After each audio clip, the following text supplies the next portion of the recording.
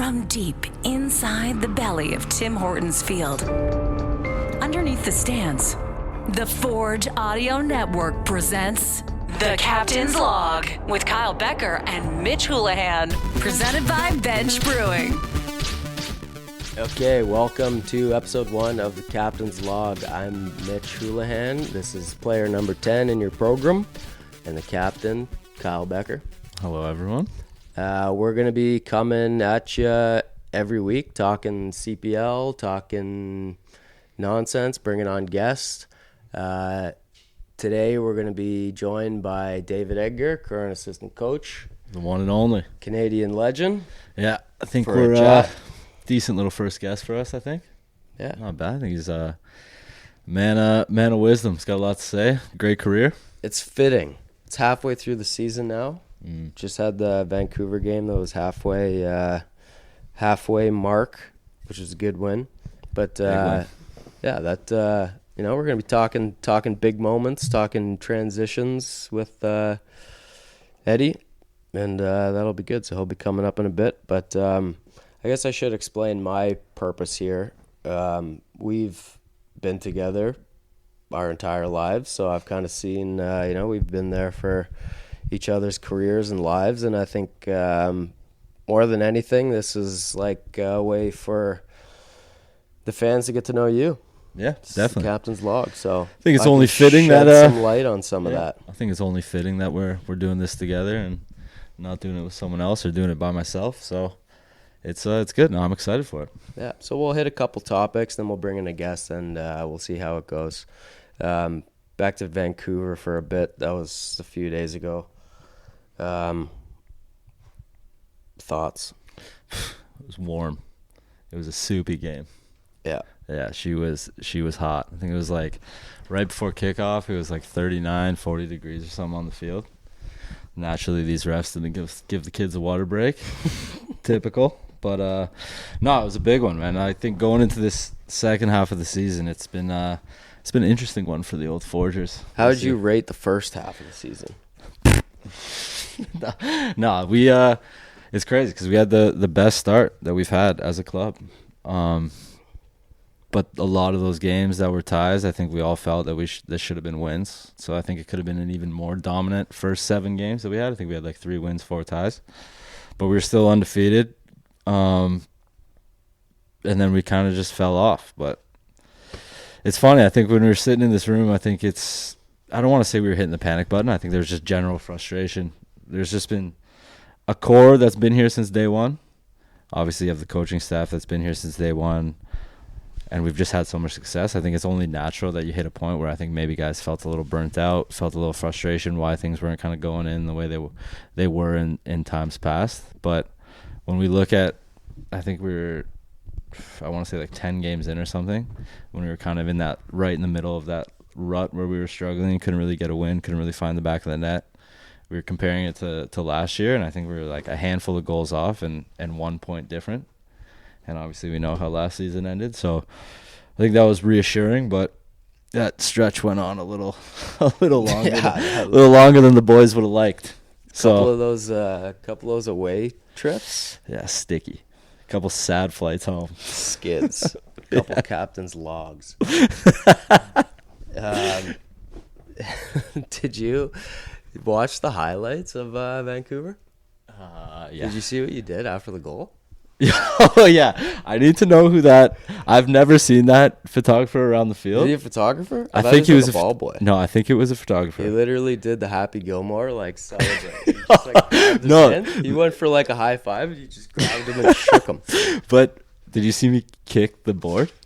No. So that was the thing. That's why I wanted to give him I wanted to give him a hug. But, so, like, Yeah, I was flying, obviously, at 40 kilometers an hour, because I'm super fast, and I'm looking across the whole time, and then the ball goes in the back of the net, and I realize I'm like right at the thing, and I just smashed. Like I kicked it out of just like frustration, whatever it might have been, happiness. I don't know. Yeah. And I realized that like I legitimately kicked him essentially, and then he puts his hands up. I was just like slap hands. So no, if we get Zach on the case, cameraman, I'm sure you know who it is, or maybe someone around the building. So I'd like to meet the guy. Yeah. I caught the highlights. I wasn't at the game. The lads weren't at the game. Mm-hmm. We had a wedding to go to. I think that's a good segue. Really, the purpose why I'm here, I can shed some light. It actually came up too at the wedding, like during the Vancouver game, about your wedding and like the madness of the schedule. Oh yeah, Like, there was a lot of moving pieces. and I don't think we even really talked. Like, but that was what was that, third season? Yeah, that was last year. Before- No, 2021. Sorry, Jesus. Yeah, Third season. Yeah. So I thought you could talk about that a little bit. This is a little bit of the, what you can What hear. the you can- people want. What the people want to hear Yeah. about the captain. But that was wild. Yeah, it was unfortunate. The, It was all the happenings around the timing and like the tie cats and the like. Yeah. So this came up on Friday. obviously it was like coming out of COVID. It was supposed to be the year before, and then the year before. And then, the wedding. Yeah. So then COVID pushed that out, and then we picked a date early in the season, just being like, the season will be done by then. And then obviously just with more delays and like starting the season in the bubble and just the way it worked out, we started to realize pretty quickly it was like, oh no, we're still going to be playing during this date. And it was like, what are we going to do? And then it was all about, if we finish in a certain spot, we'll get a home game and everything will be fine. But if we didn't clinch and get home field advantage, either I wasn't playing in the final or I wasn't getting married. Right. And then Because it could have been. There Well, was a time and- it could have and we- been this. It could have yeah. been on the same day. yeah, Or it could have been in Hamilton, or it could have been in Calgary. no, Pacific. All right, Pacific. Yeah. Sorry, Calgary. Yeah, you're right. It could have been in Calgary, but then we saw it out and we got home field advantage. I think everything was fine. Yeah. And I think we knew it was going to be fine. Like, as long as we kept winning, if we played the final, but there was a chance with the tie cats, it would have been a same day ordeal. And then it ended up being a week out because I think I don't know the exact details. I'm forgetting them right now, but I think what ended up happening is ended up being the weekend after. But the caveat to it is we were still in CONCACAF. So yeah. we were like, the season we played. like the whole like thing a was. million games. So yeah. literally, we got married, and the next day flew to Honduras. Oh yeah, you left for the CONCACAF. Yeah, that's hilarious. Yeah, I just And remember then we like came back and played in the final. yeah. So like we went to Honduras, played in the quarters, the semis, whatever it was of the CONCACAF, and then flew back home 3 days later, played in the final against Pacific. Yeah, because we were all that's. It was wild. Remember all the like meetings? It's like everyone just obviously just be asking you like, "Oh, what's going on? Well, Like, is the wedding happening?" You're just like having meetings with Bobby. It's just like, Yeah. what's happening here? Well, it was more so Costa. You guys were trying to shift the league Yeah. around Co- your Co- wedding. Costa literally, he like pulled me in the office and he's like, "So, do we need to go speak to the venue?" I was like, "Guy, like the deposit's been paid. Like, what are you talking about?" Like, this, and he's like, "What? Like you're playing?" And I was like, "Have a conversation with Kat. Like, I don't know what to tell you. Like, I'm not. If I'm not, or if I am playing and not getting married, I'm not telling Kat. You can tell her that." Yeah. And no, Costa stepped in as wedding planner. yeah, he's like, Manager. well, like classic player. She's like, "No, we can figure this out." And I was just like, I was like, Yeah, it'll work out. It It'll literally, work it out. just that Everyone's was the chanting message, and it. everyone just kept saying it'll work itself out. And then going home every single day, being like, "So what are we doing? What are you doing? What are you doing?" It's Yeah. like, it'll work itself out. But yeah, That was good. good times. But yeah, so the wedding, it was a big moment. Big week this week as well for your guy, Ashton. Retired. Crazy. Obviously, Give us a how was he? How was he the day of? How'd it go? the game, his last game. Yeah. It was. I mean, Ash, he was playing it real cool. I think it's something that, I mean, I was lucky enough to be brought into the conversation when he started thinking about the idea. I appreciate that. I think it just speaks to the careers that we've had together and the relationship we have that he trusted me with that. But he started thinking about it. It was obviously not something I think he took lightly. I think it's a huge decision, but he's been playing for 13, 14 seasons. I think it's not an easy one to just up and go, but he said it, and it's something we'll speak with Eddie about, who's gone through this similar transition a few years down the line. But he said it in his press conference. It was it's a decision that I don't think there's a right or wrong way to do it. It's his way, and I think it was right for him and what's next in his career. So I think it's someone we'll miss around the locker room for sure. Guy who's done a ton for the game in Canada, had an unbelievable career, great guy, had a huge impact on the young guys in our locker room, and someone we'll miss for the rest of the year. But I think everyone who's put on this jersey will be happy for the times that we've shared together. It's a Canadian legend. Another Canadian legend. It's crazy. And us here at Forge have been lucky to have a few of them walk through the doors. So I think it's a special moment. I think it's a career that he should be very proud of. I know he had a bunch of family and friends in the stands, and he was saying he couldn't really look up to him when he was getting subbed on. And to just be able to kind of share that moment, walking off, giving him the armband, I think that was pretty cool. And so I was happy to play a very, very small role in that last game for him. Yeah. No, that was a cool moment for sure. Did you happen to see KJ's interview with him after? I did. I just seen him on the field, and I saw him kind of when he was hitting the anvil 3 times, which was a cool little moment. Yeah. I just seen him start to get choked up. So I don't know if he had the interview before or after that, if that got him going, or if it was the moment that got him going. But no, I actually haven't seen that. It was just one of those seemed like a fitting and just great kind of last. It was, and big props to KJ too.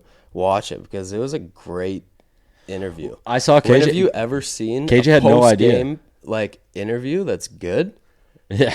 From the athlete, not but it was perfect. It was great, and KJ knew. Yeah, it hadn't been announced fully or anything. But KJ he didn't know until the moment. So he was just told. Yeah.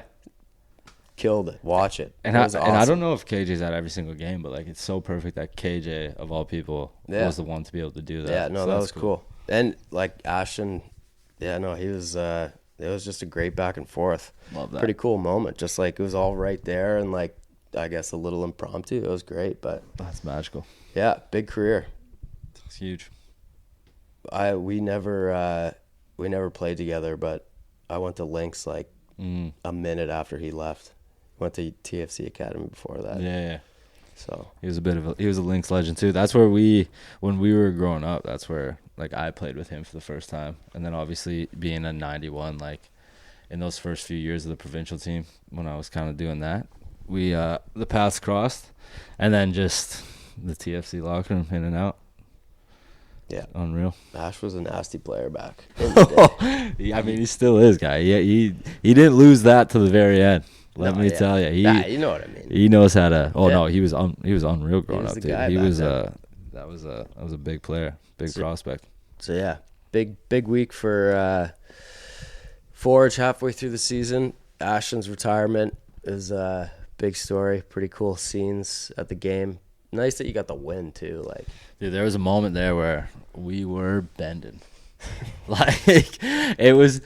I don't know. For whatever reason, I think we've dominated such large portions of the game when we're playing at home this season. But for whatever reason, we just can't score. And as it was going on, and I spoke about the heat, and I know it's hot for both teams, but it was just what are we doing here? And then seemingly everyone chucked in the towel, and G just stepped up and made some massive saves for us. Big face save. It was just what are we doing? And literally, I think me and him, someone went down on the sideline, and he came out of the box, and he was just cussing out everyone, and it was we needed it. And we just looked at each other and was what is happening? And then somehow we just kind of turned it on, and we had a huge 5 minutes that just saw the game out, really. All right, well, on to the second half of the season, which will, hopefully be better than the first. And now I think after that, on to the second part of the podcast, which will hopefully be better than the first. Yeah, I mean, we got a big guest, as we said, coming up, so without further ado, we'll get to that. All right, now the first guest of the pod, Canadian legend, Forge legend, current Forge assistant coach, David Edgar. Eddie. Welcome. Thanks boys. Thanks for being a part of this, man. No, my pleasure. This is a big one. This is a big one. Yeah, I mean, one and done. Got the first best guest ever. That's all she wrote. How you doing? I'm good. We'll see about the best guest ever, but I'm delighted to be here, guys. Thank you. So I told you I had a couple topics I wanted to get into with you that I'm interested in for sure. I was thinking about this too. I've always known you to be a footballer, like growing up, we knew that you were in England playing, but now really all I get stories from Kyle of like, there's stories from you or like you as a guy. So like, I know you much less as a footballer than just you as a guy and funny stories. So one real close connect that I wanted to bring up, something that we talked about before, the magazine, It's Called Football. Yeah. That you were interviewed and there was a little spot on you back in the day. It says in the article that you reached out to the editor when you saw it in Kitchener, right? Yeah, Bud so Park. A story and a part of that you might not know is that you were actually the first person to ever do that. You're the first person to reach out to this magazine, like as what, 12, 13 years old? Yeah, probably a little bit younger maybe. So my first soccer question, my first, your career, and I want to get to the stuff you're up to now more so than this, but like, when did you get that? How did you know you had that? Like, why did you do that? I guess that's what I like. Yeah. You're here. You've had a huge, crazy career. Like, but at that age, like, why did you do that? Why were you the first kid to do that? I don't know. I asked my dad a lot about my childhood and what it was like now that I'm sort of interested in why did I do that? My daughter actually, funny enough, did something recently where she contacted a local play, like a theater thing, and she that night sent an email. She's 10 years old. Sent an email, got an audition, produced a monologue, went and did the audition, and now she's in a play for the next. She's in a Hufflepuffs. She's in Alice in Wonderland. And honestly, out of everything, if a father, like, it was the proudest I've ever been, because that stuff is the maturity levels it takes to do that. At 10 years old, I didn't know it was mature. I just knew it was like, I see this magazine. I've never seen a magazine like this. All I care about is this game. I'm going to see who writes this. I'm going to email them. I think it was a handwritten letter, actually. Yeah. My dad helped me do it. And I think it comes from a lot of parenting too, because my parents give me the freedom to do those things. They'll help me along the ways, but they're not going to say, "Oh, you need to email him" or whatnot. And I wasn't asking to be on his thing or anything like that. It was just, listen, I saw a story about Julian and Jonathan de Guzman. There was a kid in Jonathan that was my age, and it was like, that was the moment. It was like, okay, I need to be doing something. I need to be gone now. I need to be going somewhere. He was at Feyenoord. His older brother was there, and in honesty, I don't think I ever told anyone this, but I cut that article out and put it above my bed.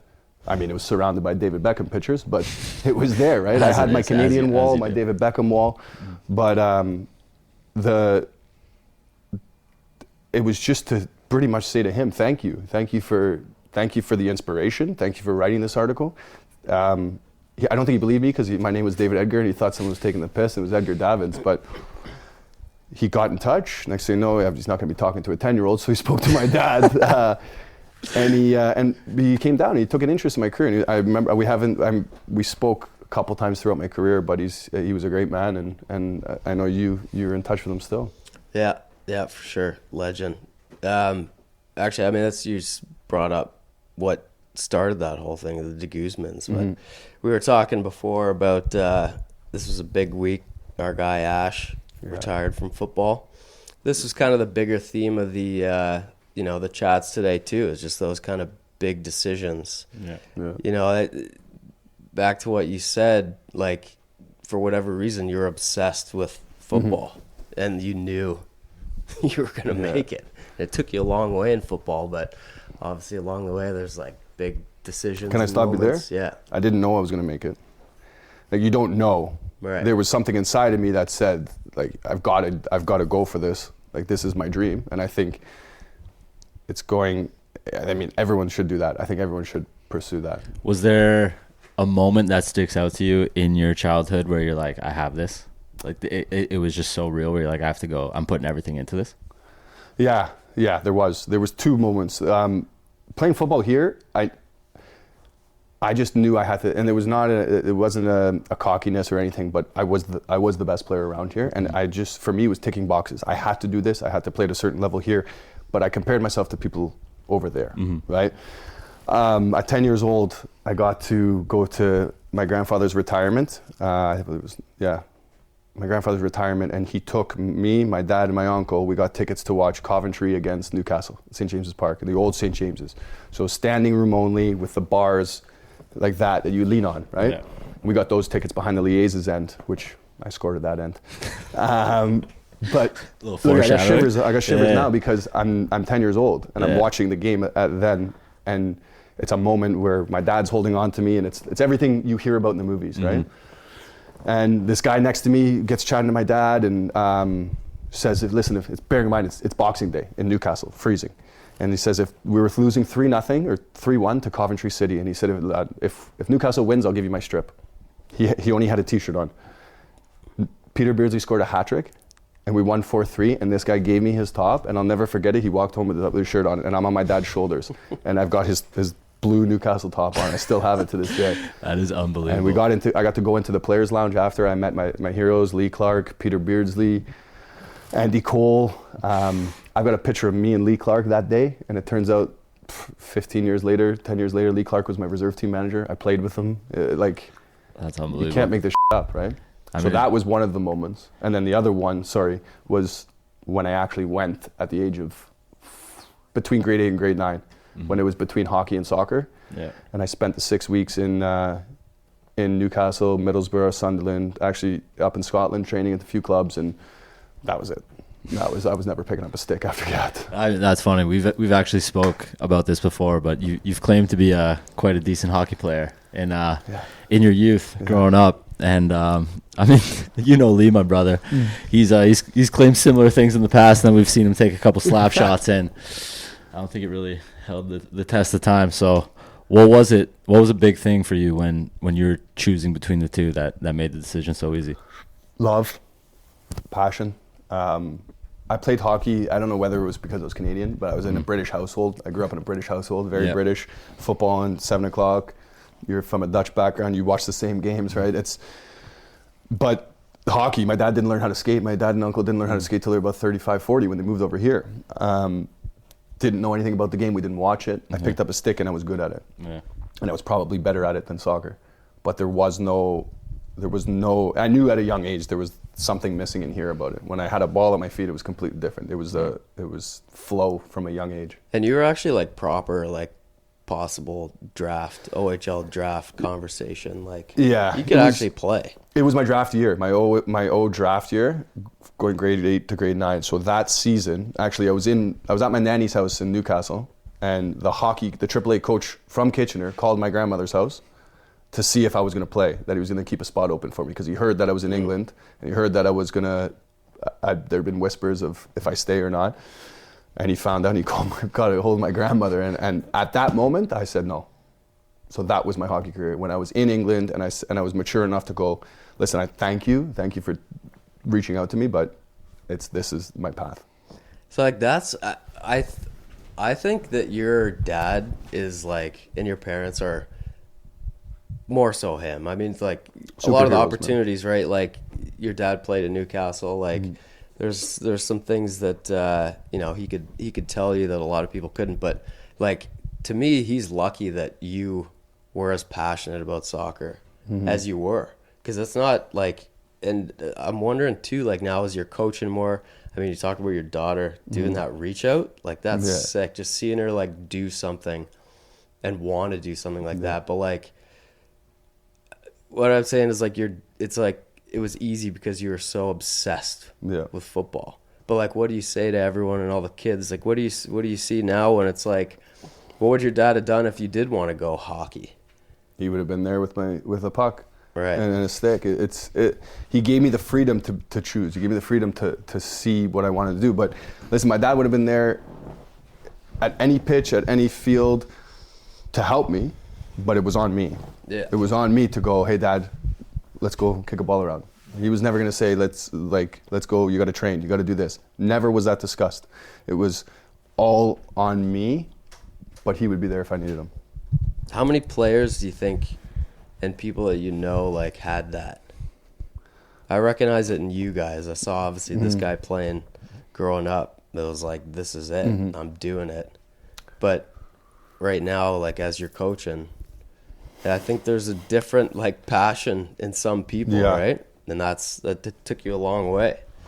And it's not, I'm sure growing up too, it wasn't like fully 100% there all the time. Like you're always doubting yourself. Because it worked out, right? Even 20 years in the game, and like you had a great career, but I don't know. I like how to keep going that whole time. I think I'll say something, and you now on the other side, let me know what you think about this. It's interesting. Like you look at that time period, and you look at young David Edgar looking in this magazine. You're seeing Julian, Jonathan de Guzman, players from young Canadians who've made that jump that to so many people seemed ridiculous. Impossible. And then you find out there's 10, 15 players in Europe. And we've spoke about this before. You found out who they were, and you're like, all right, I'm going to emulate these. I'm going to be these guys. I'm going to be better than them, whatever it may be. Fast forward to where we are now in the CPL, in Canada as a whole, as a collective. There's X amount of doors open to the professional game. We're 5 years young as a league. I think we're in a little bit of this moment where to jumpstart a league, there's a bunch of people who got a chance late in their career that maybe they don't want to admit it. I don't know. A year or two before 2019, they probably weren't even really playing. They didn't know this was a reality. They jumped at the chance, and fair play to them. If I'm in that position, I'm doing the exact same thing.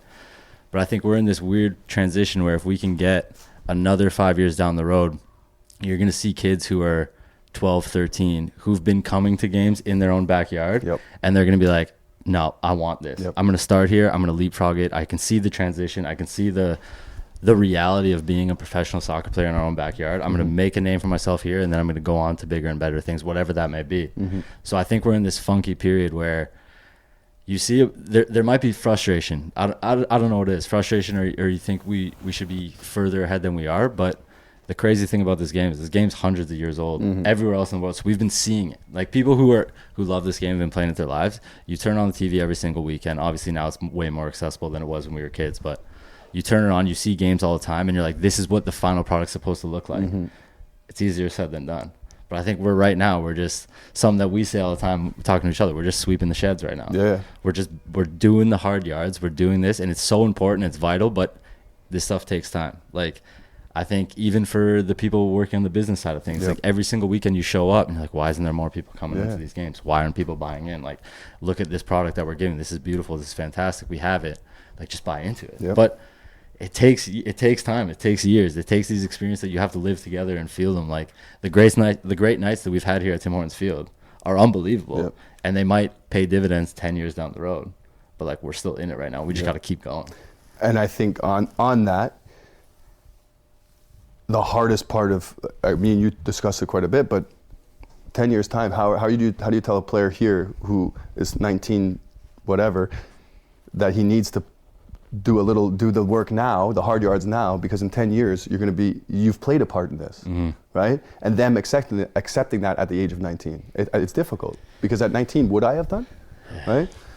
And there's a saying, like a Zen saying, is saying a little by little, a little goes a lot. And I think daily, if everyone in this league is doing that, you see the benefits of it, right? We've been through tough times. We've been through COVID. We've done those things. We've come out the other side of it, right? Like it's crazy. Right? So, I think in sports you hear all the time, just 1% each day. Yeah, but it's so easy. Yeah. But it's the thing. But that's it. Like that is the solution there. But not seeing not being going, well, I just did this. Where's the benefits? Where's my benefits? Where's the stuff? I just worked hard. Yeah. I should be getting benefits. No, you got to do it again tomorrow, the next day. And I think that's, people see the end product. People see me scoring against Newcastle United. People don't see me running to Bud Park at lunch, my lunch recess in grade 6, in grade 7, in grade 8. They don't see that. That's the hard yards, right?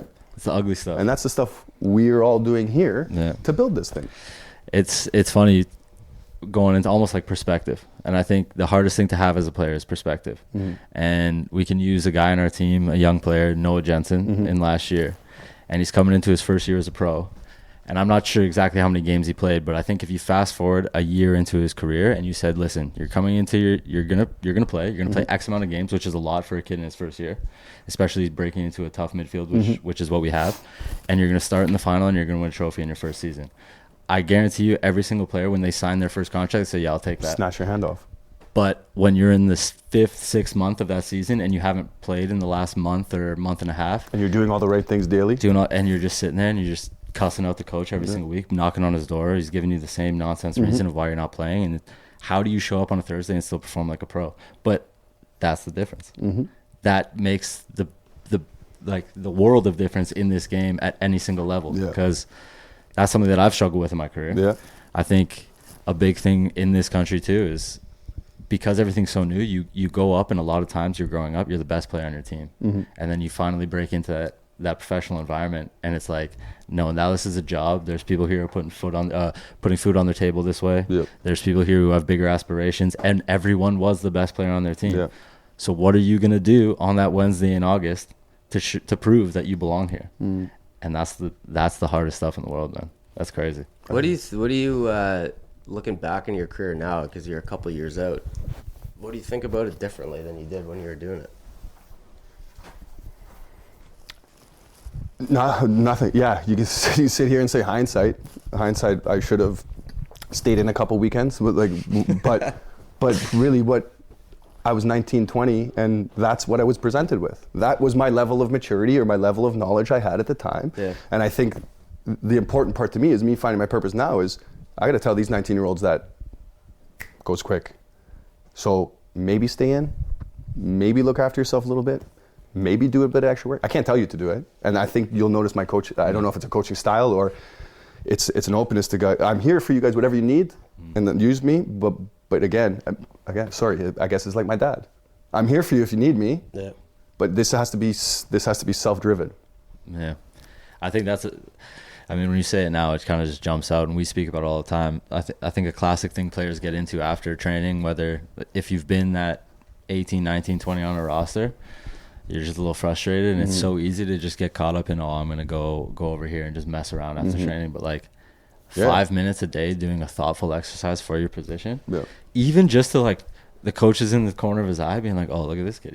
He's doing something. But again, if you were to grab whoever it may be on the team and pull that player and be like, yo, you're doing this, I think 9 times out of 10 that lasts a month. And the second you don't grab him, he doesn't show 100%. Up. But for you to be there, and the second a player comes to get you, and you're right there with him, I'll do this. That goes the longest way, because that's a person building an unbelievable habit at a young age, and you're supporting it, which is huge as a coach. And I think it's difficult. It's hard. I think that comes down to the culture and the environment. And I think you need to be surrounded by that. I think you need to see older players doing it and be have the wherewithal to be okay, if he's doing it, I need to be doing something. You have to. But again, that comes down to the individual. How many times when you speak of yourself being 18, 19, breaking into that first team locker room, and the players that you rattle off on that Newcastle team are just an absolute joke. I'm sure there's people in this country right now who see Newcastle now but don't remember what Newcastle was and how special that group was. But in the entertainers, and it was a little bit before that time. But you walk into a locker room, and if you see a guy like Shearer, a guy like Michael Owen, or some of the midfielders you had, Nobby Solano on that team, if they're doing something after, why isn't David Edgar from Canada doing something from after? It's, I don't know, it's such a funny thing. And that's where, that's why I try to give the guys here a bit of leeway, because they didn't have that grounding, that education that I had of seeing that. It wasn't a thought of I might do some extra. It was everyone did extras, because the session was almost for the coach. It's for the game. It's geared towards the game. The individual stuff, you're not going to learn how to receive a ball on your back foot, take 100 balls in a training session, but you might do it by yourself after if you take a coach and say, give me 100 balls. That's what we did. And I learned that, but I learned that by watching, reading, okay, how does he work? He's in my position, right?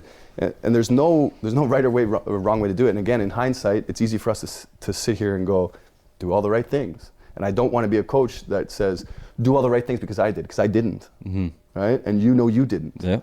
But you are now, and you know the difference. It's unbelievable. So I had maybe 1 or 2 players or a coach in my life who said, maybe you should do this or you should look into this. Other than that, as soon as you get into first team level, at a professional level, you're on your own. You're on your own. You figure out the tactics, you figure out your life, you figure out the outside of your life. Now people can't even fart without someone doing it for them, right? At a club level. But and people booking taxis that wasn't what we had. And I'm massively grateful that I got to go through that, because you have to learn. Right? Just that independence.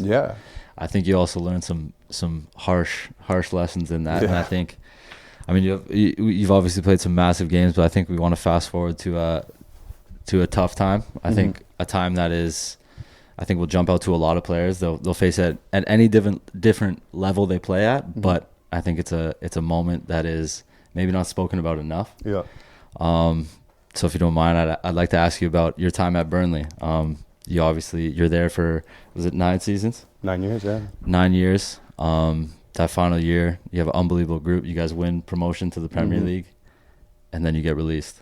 What's going through your mind in that time? How do you cope with that? What's it look like after the fact? And now when you look back on it, how do you feel about the whole experience? I would say. I would say it was top 3 worst days of my life, easily. But have I ever mentioned it in a negative way to you? Because I talk about that being the best year of my life. That stage 5, we talk about it being part of something bigger than ourselves, the group, the team, the club. It was bigger than me. It was bigger than me and how many games I played. It was bigger than if you were going to start or you were going to play and come on and score. It was way bigger than that. You could feel it, right? Like I'm getting shivers now talking about it because I think every human being should be part of something like that.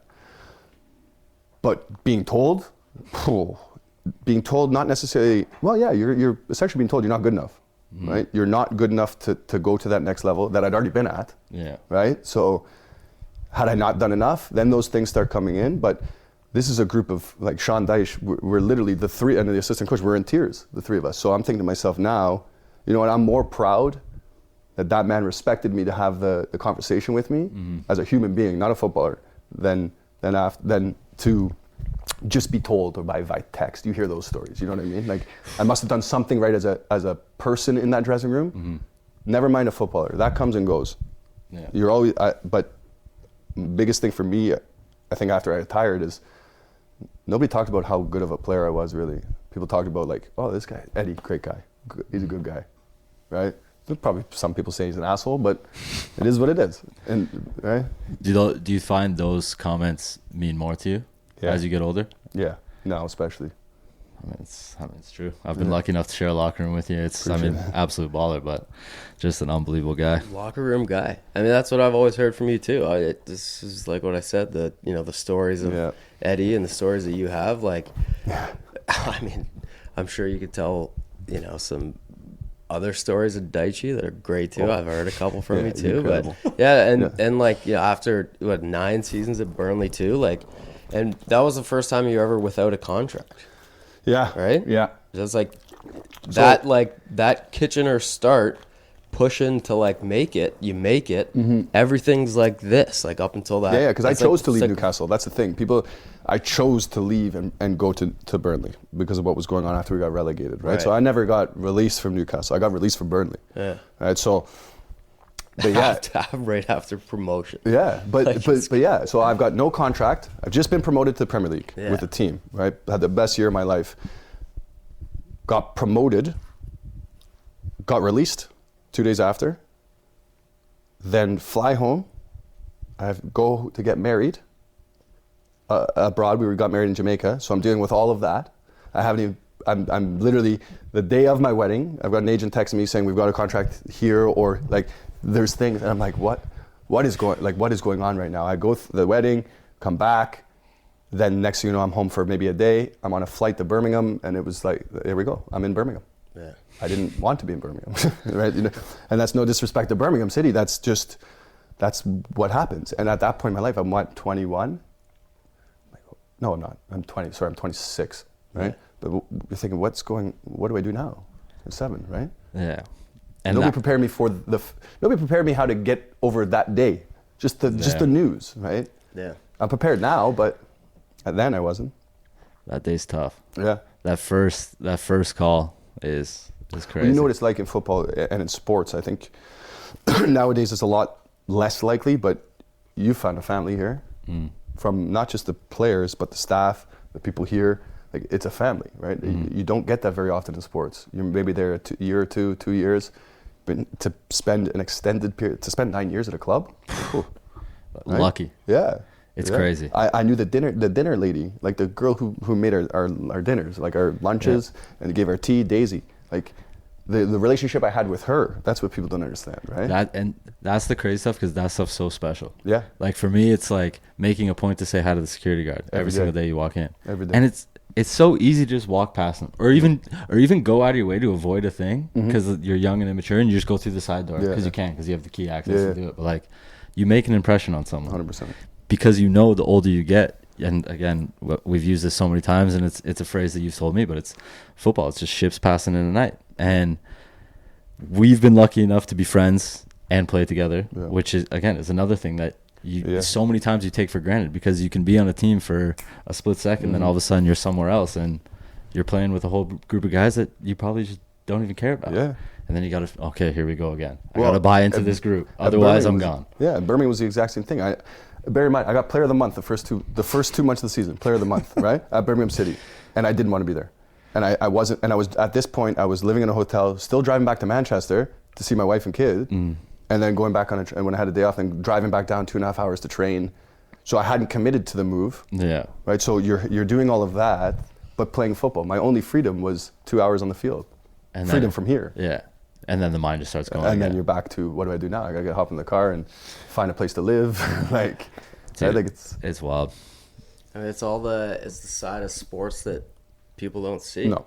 That's like, I like this chat that we always have too, and like, you know, that disappointment of leaving Burnley. Now that you're outside of football, you're working. You know, you're in the workforce. You're a contributing member of society in a different way for the first time. Like, those experiences that athletes have and the team dynamic and those like lessons, I think like we talk often of the athlete and the skills that they get and the lessons that they've learned that they can transfer into other things, which is like stuff that you don't get, like high pressure, high things that, you know, happen to you. Like now that you're just into your next stage, you know, like you've been coaching for a couple of years, like how are you bringing that to what you're doing? So as that moment was happening, there's a little piece of me, or maybe the next day, knowing that eventually, because I knew then that I wanted to be a manager, I'm gonna have to do that to someone, and I'm gonna have to do that to someone like that I like. So I'm taking my lessons that I learned from how they handled the conversation, right? How do I take that into when I'm going to have that tough conversation with people? Because I guarantee you, when Sean Dyche left that room, he might have thought about it for an hour or so, but he's got too much on his mind to care about David Edgar. Yeah. David Edgar cares about David Edgar and what's going on, and you care about, like, you're the center of your universe. But the game moves on. The game's always going to move on, and it's going to move on real quick. Real quick. And it's interesting, because I think if you told that to a young player, that feels so harsh. I think, well, even just anyone, it's the fact that you're expendable. I think that's difficult, especially when you're playing sports where you have to give in so much emotionally, physically, mentally, everything, that I think that can feel very just shitty at the end of the day. But that little thing that you're speaking now about Daishi taking the time, where you're speaking on a human level, that sticks with you. It goes a long way. And I'm going to remember that more than our 4-4-2 on a Thursday. 100%. And it just means so much. And I think that brings us into this next, I guess the next thing we want to talk about. Obviously, we've said at the beginning, it's been a big week here. We lost Ashtone Morgan, who retired. But through that whole process, it's funny, because Forge FC and yourself and your time here as a player, we were lucky enough to retire a Canadian legend in yourself. And going through that process as a young club, I think, looking back, I look at it as a captain at that time, which to me is, I think, was something I struggled with at the very beginning. When you signed up, we got you on board, you signed a contract, and it was like, how am I going to be a captain when this guy's in a room? Like, how does that work? But just your experience, who you are as a person, our friendship, like, you helped me so much. And then we go through that process of you retiring, and it was like, did we drop the ball a little bit? But you see those moments, and it's like, okay, this is how we handled that situation. Let's do this one better. It's got to learn. But that's just it. And then you do it, and you have such an impact. And I think Ash has a moment that I think hopefully he looks back on forever and is proud of, because he's come here for a year and a half. He had success. He was fantastic with us. I think he had a huge impact on the group. But when you're going through that process and you've made that decision to retire, what does it look like for you from the last day to the next day, to even a month out the road? Because I know you said you always knew you were going to be a coach, but how did you handle that transition from playing, coming into the locker room every single day, to all of a sudden you're no longer a player? Yeah, wow. We talked about that too. You were around for most of it, but Ash made a great point the other day. He said it in his interview. There's no right or wrong way to do this, just your way. And I guarantee someone gave him that line because it's not his. But it hit me, and when he said it, you're right. You're 100% right. Yeah. So I don't ever compare my retirement to someone else's or anything like that. I decided to go because it's the right moment for me, right? And there'll be not a day in my life for the rest of my life that I don't wish I was still a professional soccer player. That's just it. There's no getting around that, right? So, yeah, shivers. But like I say, you are learning from these things, right? I retired in COVID. Everything was crazy. Nobody knew what was going on, right? And it was a moment where I've just kind of stepped aside. The next day, and I had this moment on Tuesday. What was it? Tuesday, walking in. Yeah. So Ash's last day was Monday. Tuesday coming in, and normal service resumed. I walk in. I'm here at the same time. You're here. Everyone's here. Training's going on. Music's on. Not one person was thinking about Ashtone Morgan, and I say that in the most respectful way, because the game moves on. Right. So Ashtone Morgan will be at home, and it'll be a difficult day for him, but we still have to train, and we've got a game on Friday. And that's what I think I found the hardest, and you know it because I was blowing your phone up. Yeah. Going, what's preseason like? Right? What are you guys training today? Like, because I was at home, and I'm going on to my next business venture with my business partner, and it's like I'm sat in front of a laptop. That's not me, right? Like, and then it's wearing me down. Like, okay, what's happening? How the boys are at training? Okay, I know what's going to be happening now. Beep test today, or right? It's first week of preseason. I used to love that, right? You come in, it was hard work, but you just knew it was in 6 months that running you're going to do is going to pay dividends, right? And that's the little by little, right? But I didn't have that. I didn't have an outlet. I had the business side of it, but it was just, for me, it was just a Band-Aid at the time until I got back in the building. When I got back in the building, it was like, okay. And then it's like, okay, find out who you are as a coach now. Where do you fit in this staff? Where do you fit in with the boys? Right. So, and that's been a journey in itself.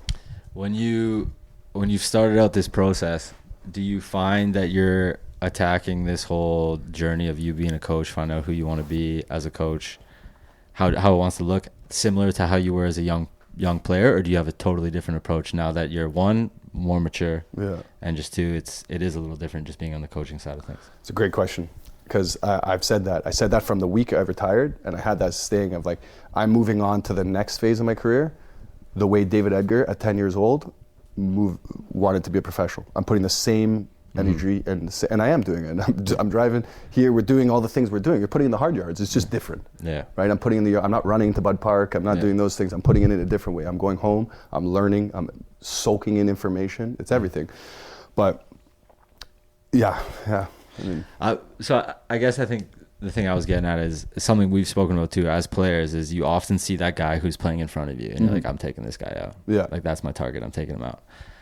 From me, just looking at you just from a distance and obviously having the chance to work with you as a coach, I think there's a more mindful approach to it, where I think it's crazy to me because you're a set piece guy, you're a third assistant coach, but the way, like, your attitude in it and the way you show up every single day. I think there's a lot of people who would have chucked in the towel by now and gone away from it. But I think it just shows, it's a testament to who you are and what you're trying to achieve. But it's like, I think you're seeing so far down the line that, like, you're showing up every single day to do set pieces on a Thursday because you're like, this is gonna pay dividends to me when I'm sat on the sideline as head coach in however many years that is. Who cares? And it's a humility that not a lot of people could do too. Like, how do you disconnect your entire career and experiences from starting out as a rookie coach now? It's like, how do you separate that? A lot of people obviously would be like, but like, now you're a rookie again, you're starting out again. Like, how are you able to do that? Like, just bury Well, there's yourself times in when and go I'm at it. picking out his shots from Rose Ed in the stadium. I'm walking up to pick up balls. I'm thinking, I scored against Man United. You know what I mean? That's what you're getting at. You're right? shagging balls from this guy. It's But like, who cares? And I say, and I truly mean it. I say it to the staff, and I say not it. a lot of people can No, do that. Best though. job in the world. It's the best job in the world. Yeah. It doesn't matter if you're playing. You're involved in the game. I do think that gets lost on so many people just because we have such a young room. Yeah. But I genuinely laugh every single time you walk in the morning. You're absolutely buzzing. It's 7:30. Yeah. Like, best job in the world, boys. Could be doing anything else, huh? Yeah. Best job in the world. And then there's some guy foam rolling, just like Half man. asleep, Yeah. with his phone like this, and you're like, best job what in are the you? world. Yeah, it's like, what are you doing, man? Yeah. Let's get up. Let's get her But going. but it's my job to say to him, Yeah. like that. Yeah. Switch on. Like that. No, your career. Like Oh, that, yeah, man. yeah. Like, That's even bigger then. Right, Really like- switch on. I mean, both of those I think need to be like mindful of a young professional. It's Yeah. like you need to know that this goes by in the blink of an eye, and more often than not, you don't have a say in when it ends, Yeah. which is crazy. Like, you played such a long again before you came to Forge. Had you ever played for a trophy? no. Like, playing in a final for a trophy? No, because when we got promoted at Burnley, we finished second. There is Yeah. well, there's a trophy, but Yeah. you don't play in the playoffs. Right? You just get promoted. So then you have that unbelievable career, Canadian kid, go over Europe, make a name for yourself, established, play for multiple teams, come back to Forge, and you have your first chance to play for a trophy in 2019. And obviously, being a part of that with you, I saw how much it meant to you. But now on the other side, you're walking through a change room, and it's like, guys, like, you need to know. This Yeah. goes by quick. And also, you might never play a meaningful game in your career. No. Which is insane. So then it's kind of what I thought you were touching out there is, you walk in a building, it's like your on switch has to be on Yeah. now, because okay, we have an unbelievable opportunity, and we're lucky to do what we do, where you come in, you literally play soccer for your job. Yeah. Yeah, it's hard work, but it's really only like 5-7 hours a day. Wow. What else are you going to be doing when you go home? I think that's the problem. Literally, I think that was the problem. and, right? and, But like, that's the stuff, and it's that's like, the guys, stuff. like, Best job in the world. that's the beauty of the But CPL here, too. you said about that. So my approach now is I'm coming in this armed with all of the tools I need that I didn't have, Yeah. that I wasn't given, because it was just football then. Sports science wasn't even around when I first broke in the first team, right? You might have got a protein drink, right? Right? And a beer. Yeah, and a beer. It's official. But the people drank every game, and that was standard. You went to the players' lounge and you had a pint with the other team. Yeah. Right? It was just what. That's but unbelievable. That doesn't happen now, Yeah. and for very good reasons, because it's bad. Yeah. But I learned a lot from that, right? And now I'm arming myself with the tools, the education to go. Okay, football's great. Yeah, when I'm in the building, I'm great. It's when you leave, what are you gonna do? How are you gonna be a good dad? How are you gonna be a good husband? How am I gonna take my knowledge and the stuff like you talked about that I learned in my career into the outside world? How can I make other people have a good day? Yeah. Right? Like, feel a purpose in their life. Correct. Find it. I have it. Like, it's the best feeling in the world. I'm ready to run through a wall right now. Right? Like, Yeah, and this is what you're good at too. Like, you're good at laughing stuff off. But I mean, I just want to say too, like, I think certainly the Forge guys right now, like, they're lucky to have you and your perspective now after having done all that work and come through it. Like, for you to be there for them, I think everyone should just be soaking up every second of it. I love that, like, you place a big importance on how everyone saw David Edgar, the man, and your character versus, on the pitch. Yeah. But to be bringing that to a young league like the CPL and a young team, like, I know it's a young team like Forge, like, it's pretty meaningful, I think, for, like, this thing and this team to have any success, like guys like you bringing that back. So I commend you for the work you've done. It's clearly been a long career, and you're still, now you're just starting out again. It's like, I can see how excited second you act. are. Like, Call it the second act. And Second like, act. what better than to have a coach that, I think that's what I was like asking at the start. Like, some kids won't go to practice on their own if they're not forced to drive there. No. And so it's like, you're kind of doing that, like, now even at the professional level. Yeah. It's like, what you're bringing to the team is that, like, passion that's, like, where it needs to be. So it's Yeah, no, it's cool to see. I appreciate that, man. Thank you. There's always the kid who shows up to training and forgets his boots, huh? The kid growing no, not this guy. But no, that's hilarious. Yeah, they didn't last very long, did they? Those guys. No. Yeah. Well, honestly, I think that's a perfect way to leave her. I don't want to take you all day. We But got, Maybe just give us a little rundown of what you're up to now. Like, what is the next? Like, what's, we're talking transitions, we're talking big decisions. What's the next thing you're going to be obsessed with other than the coaching? Sounds like you got other stuff going on. man, you caught me at a phase in my life where that's a great question, because what's next is literally what's next. Like, I'm going to move on to the next thing today. Right? Not thinking 10, 15 years, 5 months. I'm thinking what's next today and what I have to do and how do I have to do it and approach it in the best manner, right? How do I go home and give absolutely everything to my kids now, right? That's the day-to-day stuff. The little by little, a little goes a lot. And tomorrow I wake up and I come with the same attitude at 7 a.m. and we go again. Sean Dyche used to say, we go again. Win, lose, or draw, we go again. And we won a lot more than we lost that year. We go again. What was the other Dicey line that he said? My favorite is he used to shout, when things were good in football, he used to go, champagne! You can talk about Dicey for hours. I think the one is the shin pads in training. Oh, shin pads in training, no cans. No cans getting on the bus. The first meeting he ever had, it sounded like he'd say it himself, but it sounded like he was chewing gravel. And but he goes, thing comes off, I swear to God. Kieran Trippier told this in a podcast. The TV screen comes and he walks in the way he did. He used to storm in everywhere, right? And he came in, he goes, I only got 2 rules. He said, shin pads in training and no cans on the bus. And I look around and go, what the are cans? Like, what are cans? He goes, cans, headphones, take them off. Take them headphones off. getting off the bus. Take them off. Take them off. Right? I swear it was absolutely brilliant. Sorry, third rule was no tiger on a Monday night. Kieran Trippier, David Edgar, Keith Tracy. Named us. I never met the guy before. But he knew. He knew. Nothing. You can get away with nothing with managers. That's unbelievable. Right? How much are you going to pull from Dicey or what are some of the like you've had like 25 coaches over the course of your career. Yeah. Well, I mean, with like head coaches probably. Like. Yeah. But what are you going to pull from those guys? I could get someone sacked. That was what my uncle said. He said you were going to get someone sacked. Yeah. What turnover rate with Eddie? That thing was unbelievable. Oh shit, we're not signing him. He's going to get this kid sacked. That's why I didn't get signed. No, I knew from a young age, right? So we talk about that Newcastle team. I used to watch them and train and go. I knew who were the good guys who did the right things. At a young age, right? And I knew what the players liked from managers. Bear in mind, my first coach I got to work with was Bobby Robson, like an absolute legend. So, and first of all, I would never have anything bad to say about him. But then you have like Sam Allardyce, Graham Souness, those guys come in, and I see how Alan Shearer, Kieran Dyer, Craig Bellamy, what do they think of his sessions? What do they like about on the field, off the field? How do they like their schedule? How do they like, when do they eat? When do we fly? Those things. And I took from a manager, that's good. Oh, the players like that?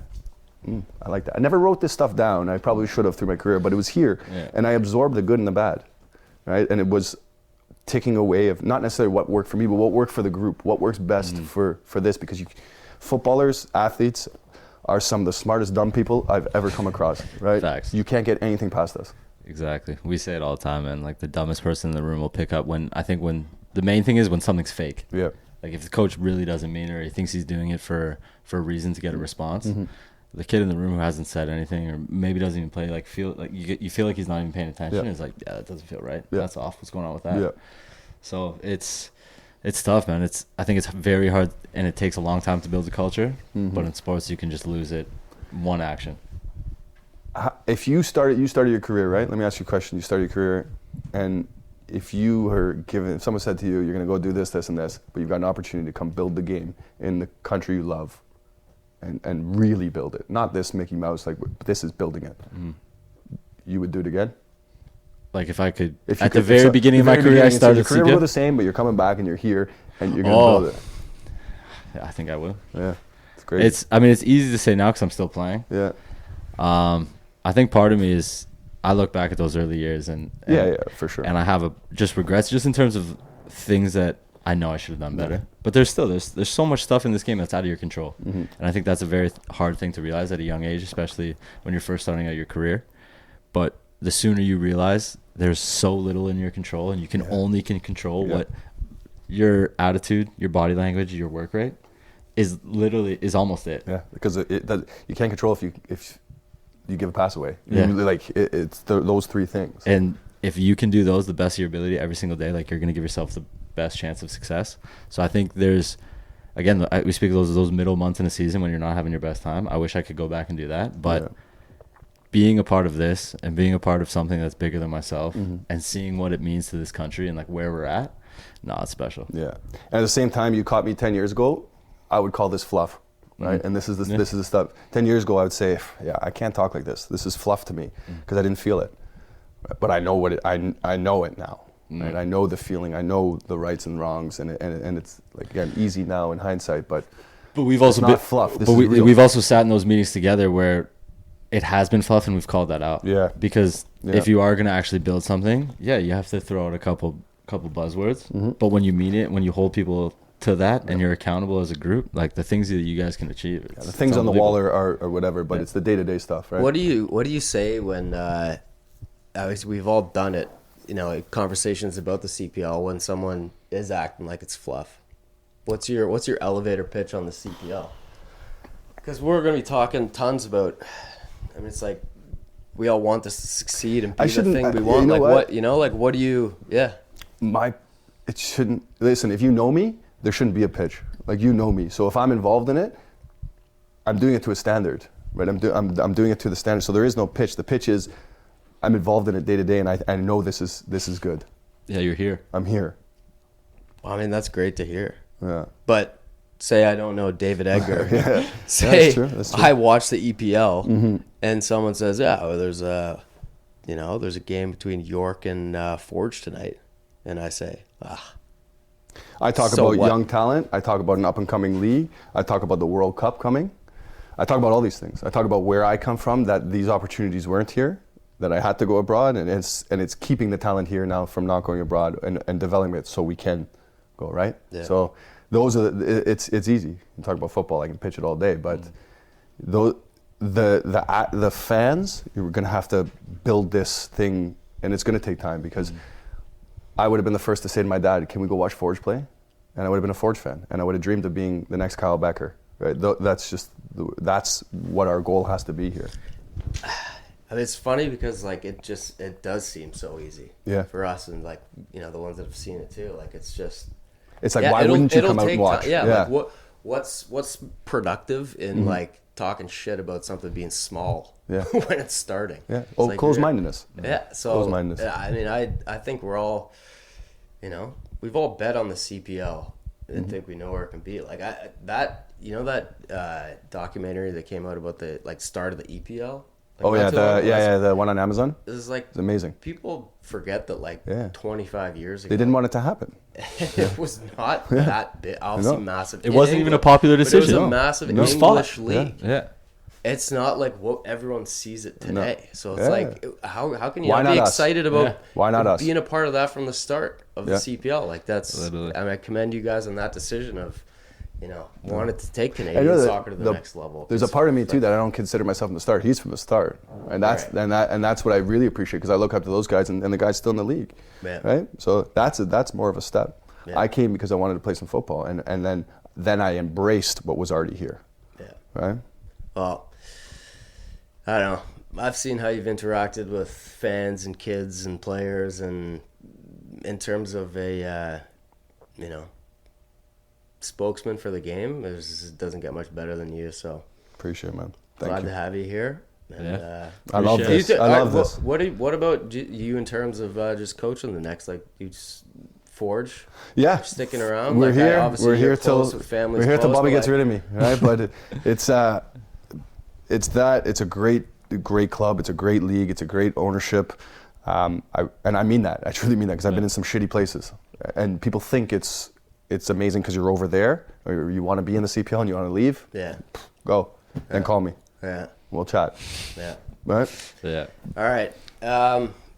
I mean, you killed it, of course. Let's wrap it there, I think. Pencil me in for another episode, boys. You'll be back for another episode. I think we definitely need to just have more like we'll just drop a name. Yeah. You have a story from every place, every man, person. he's got a guy for everything. You got a guy for David Edgar, the man who's got a guy for I everything. can't do much for myself, but I got someone who'll do it. Man, my man, appreciate it. Thanks for having me. Thank you, man.